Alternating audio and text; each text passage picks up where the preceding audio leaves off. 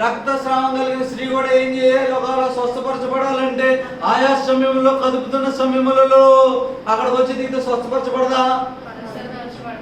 మరి అన్ని సంవత్సరాలు, ఒక సంవత్సరం కాకపోయినా ఒక సంవత్సరం అయినా అవుతుంది కదా. మరి ఎందుకు తెలుసా? అక్కడ ఒక ఇంపార్టెంట్ లైన్ ఉంది. ఏంటో తెలుసా? దేవదూత వచ్చి నీళ్ళని మొట్టమొదటిగా దిగాలి. దేవదూత వచ్చి నీళ్ళని కదిపిస్తున్నదా లేదా అని కనిపెట్టేలాంటి చూసే దృష్టి నీకు కలిగి ఉండాలి. హల్లెలూయా. ఎవడైతే దేవదూత నీళ్ళని కదుపుతుందని చూడగలిగిన, గ్రహించిన వాడు ఎవరైతే ఉన్నాడో ఆడు మాత్రమే అందరికంటే ముందు నీళ్ళల్లో దిగి స్వస్థపరచబడగలడు. హల్లెలూయా. అది దేనితో ముడిపడిందో తెలుసా? విశ్వాసముతో ముడిపడినది. ఎవరు పడతారో దేవదూతల్ని చూడలేరు. నీ